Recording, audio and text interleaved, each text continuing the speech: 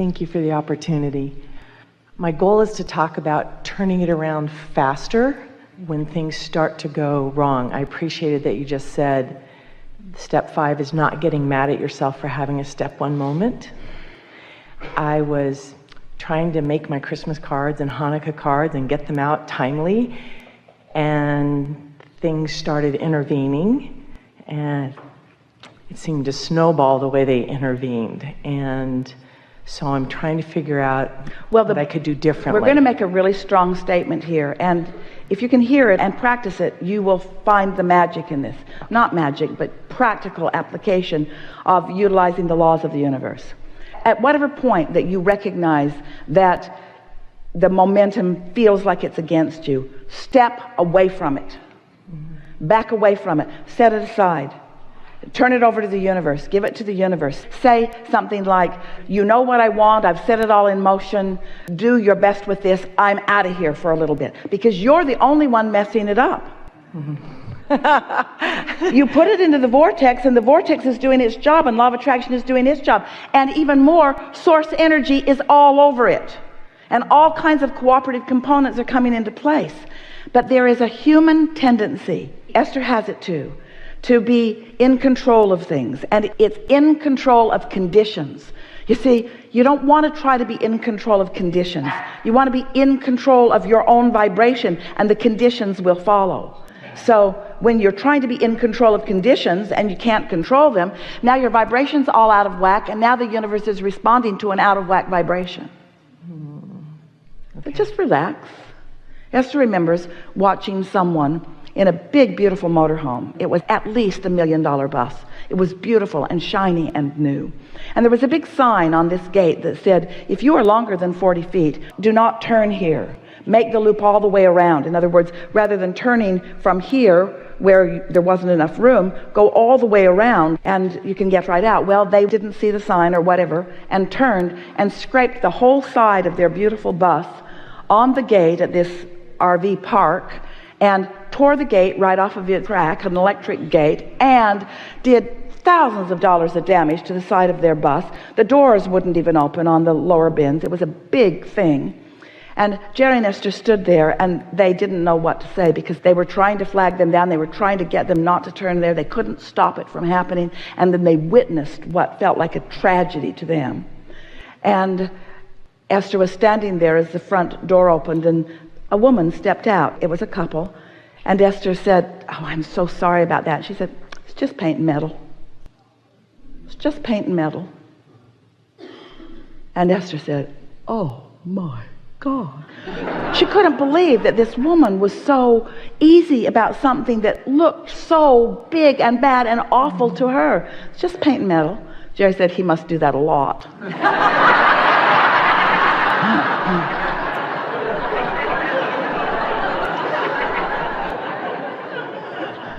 She's adapted.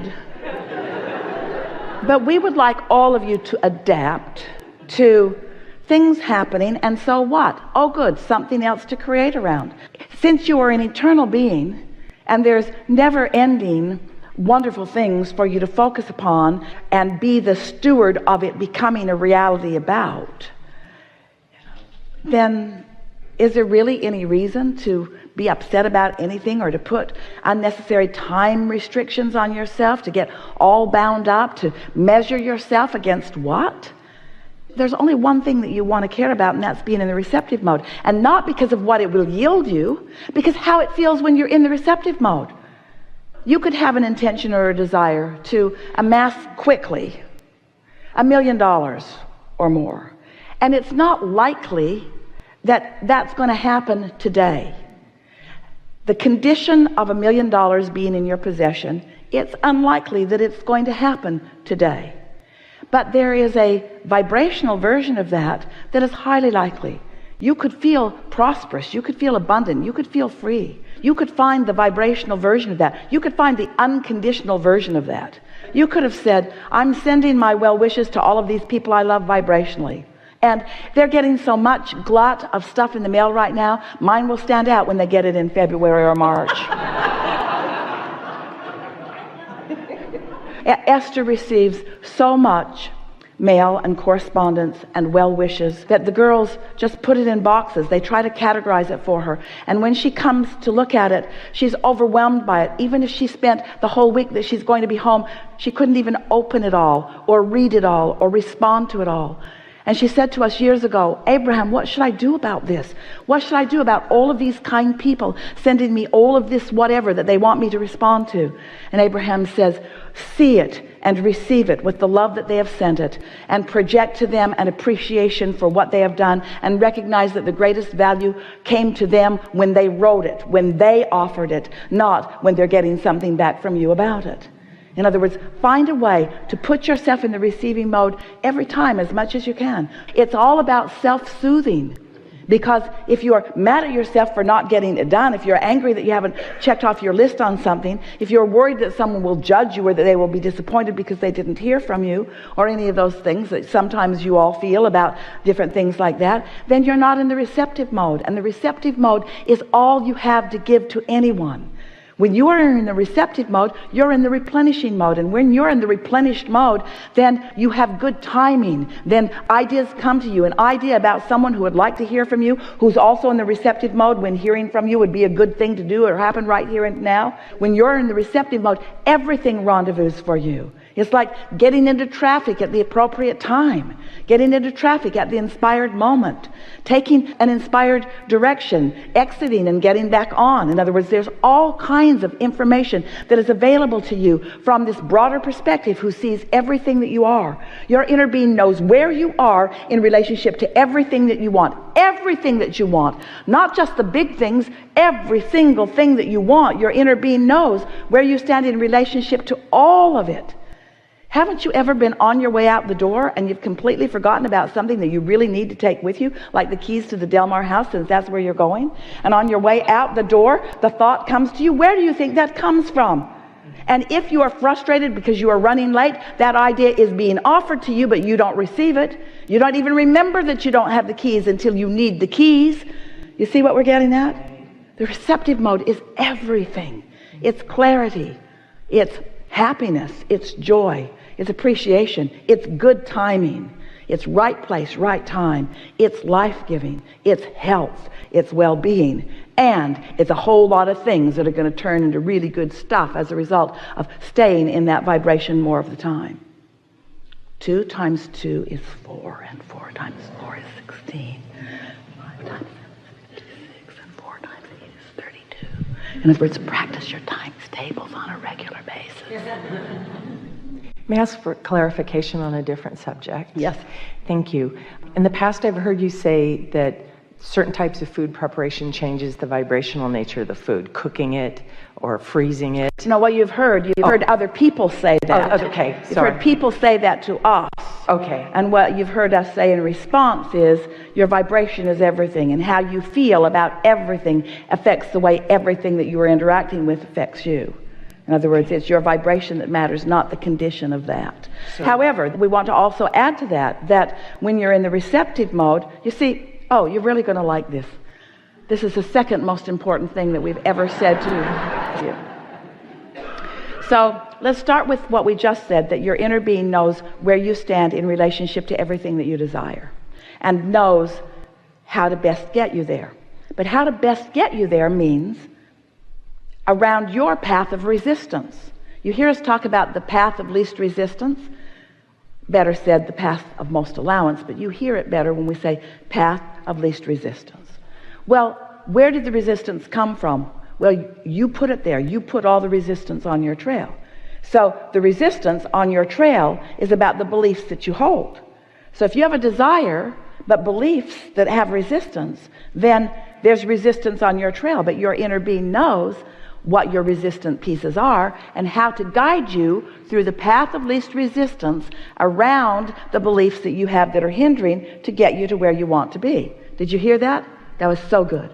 Your inner being knows what resistance you've put on your trail and how to guide you around it to get you to where you want to be. Because your inner being's not judging you about the fact that resistance exists. Your inner being's not trying to punish you for having resistance that you haven't cleaned up.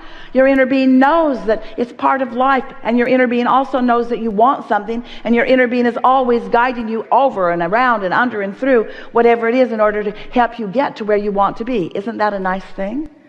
So, especially on the subject of food, think about how many beliefs. We're surprised any of you can find anything that you dare eat. All of you have read something that's wrong with just about everything. But your inner being knows what all of those beliefs are and knows how to guide you around them for the wonderful, good feeling, refueled, replenished, refreshed, healthy, well-being, good tasting, wonderful experience outcome that you are seeking. And so when you are caring about being in the receptive mode rather than worried about the condition of what you're doing, then you will be inspired to not only what is best for you. You see, if you hold a lot of intentions, what are your intent? What do you think your desires are about food? I want it to fuel me. Yes? Is that high? I want my body to thrive with it. And I want it to be a nice experience. Doesn't that pretty much wrap up what you care about? So those desires are all really strongly, vibrationally being presented by you. So then, here you are, not consciously considering all of those things. Good fuel, good taste, good results. That's what you're looking for. Well, there are lots of foods that you could eat that could accommodate all of those things. But when you get fixated on, oh, I shouldn't eat this because, and I shouldn't eat this because, and I shouldn't eat this because, now you're not in the receptive mode and you can't figure out what to eat when there's plenty that would satisfy those intentions that you hold. Does that make sense to you? Yes. And that pretty much applies to everything. So microwaving versus cooking, steaming, it doesn't really matter. It matters if it matters to you. If you believe that microwaves are not good for you, and that's the only thing that you have time for, you're going to have split energy while you're doing that process. And you did not get that idea from your inner being, because your inner being would not guide you to a process that your inner being knows you have issues with. Oh, did you feel how big that was? You're never going to get an inspired desire over something that your inner being knows is an issue to you. You have the ability. Are you all hearing this? We're so out here on the leading edge, and this is such a wonderful conversation that we're having. So here you are living in a world with all kinds of things going on. Your inner being, what you call God or source, didn't say, well, let's get it all cleaned up. Let's get all of it cleaned up so that this one can come and live in this world. Instead, you come to live in a world with all kinds of things going on because you have the ability to tune into who you really are and find your way through all of that to a really happy life.